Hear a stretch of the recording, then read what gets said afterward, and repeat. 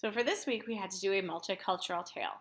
And I know that my great grandparents came all the way from Poland, so I researched and found a Polish fairy tale. And it is called The Glass Mountain. So once upon a time, there was a glass mountain, and on top of the glass mountain was a golden apple tree and a castle. And inside the castle was a princess who was very rich because she had lots of jewels and coins and everything. And anyone who tried to climb the mountain and got a hold of the golden apple would become her husband and would become very rich. So lots of knights and princes and their horses would try to climb the mountain. And they would get up a certain way and suddenly would fall to their death because they would get tired or the horses would slip. And so one day there was a golden knight on his horse who tried to climb the mountain.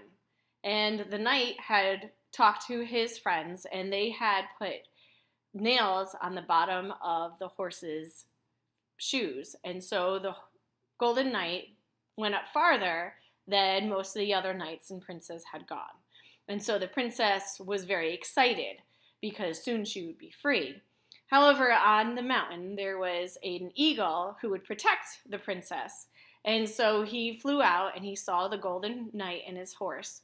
And so he scared the horse so much that both rider and horse fell to their death. And also below the glass mountain, there was a village, and in the village lived a peasant boy. And he had heard all of the tales of the princess and the glass mountain. And so one day he decided to try his luck, and he went into the forest looking for tools to use to climb the mountain. And he came across a lynx, and he killed the lynx to get it for its claws. And so he fastened the claws onto his hands and his feet and started to climb the mountain. And he became so excited because he got farther than most of the other knights had gone. However, soon it became dark and he realized his strength was fading. So he took a moment and he fell asleep, thinking that eventually he would most likely die. Now the eagle saw this boy and saw him fall asleep, and so he came around and thinking that the boy was dead, was going to eat him. So when he grabbed a hold of the boy by his shoulder, the eagle was very surprised in that the boy woke up and started clawing at the eagle as well to let him go. And so the eagle grabbed the boy and flew up into the air. And as the boy started clawing at him, the eagle released him. And his luck would have it, he was on top of the mountain. He landed on top of there. And so the boy was very excited and grabbed a hold of the golden apple. And as soon as he grabbed a hold of it, a dragon appeared. And so the boy threw the apple at the dragon, and both of them disappeared. And so when those disappeared, he went into the door and saw the princess and all of her jewels and all of her coins. And the princess ran up to him, telling him that he was her husband and that he was now very rich.